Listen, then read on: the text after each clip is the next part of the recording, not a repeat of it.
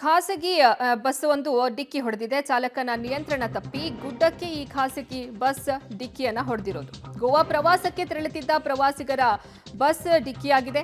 ಬಸ್ನಲ್ಲಿದ್ದ 9 ಪ್ರಯಾಣಿಕರಿಗೆ ಗಂಭೀರವಾದ ಗಾಯ ಆಗಿದೆ. 9 ಪ್ರಯಾಣಿಕರಿಗೆ ಸದ್ಯ ಗಾಯ ಆಗಿದೆ ಅಂತ ತಿಳಿದು ಬರ್ತಾ ಇದೆ.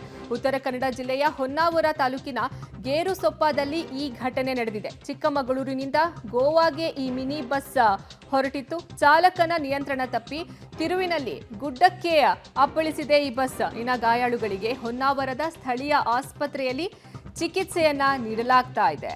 ಚಾಲಕನ ನಿಯಂತ್ರಣ ತಪ್ಪಿ ಗುಡ್ಡಕ್ಕೆ ಖಾಸಗಿ ಬಸ್ ಡಿಕ್ಕಿ ಹೊಡೆದಿದೆ. ಗೋವಾ ಪ್ರವಾಸಕ್ಕೆ ತೆರಳುತ್ತಿದ್ದ ಪ್ರವಾಸಿಗರ ಬಸ್ ಡಿಕ್ಕಿಯಾಗಿರೋದು. ಇನ್ನು ಬಸ್ನಲ್ಲಿದ್ದಂತಹ 9 ಪ್ರಯಾಣಿಕರಿಗೆ ಗಂಭೀರ ಗಾಯ ಆಗಿದ್ದು ಅವರನ್ನ ಹೊನ್ನಾವರದ ಸ್ಥಳೀಯ ಆಸ್ಪತ್ರೆಗೆ ದಾಖಲು ಮಾಡಲಾಗಿದೆ. ಸದ್ಯ ಅವರಿಗೆ ಚಿಕಿತ್ಸೆ ನಡೀತಾ ಇದೆ.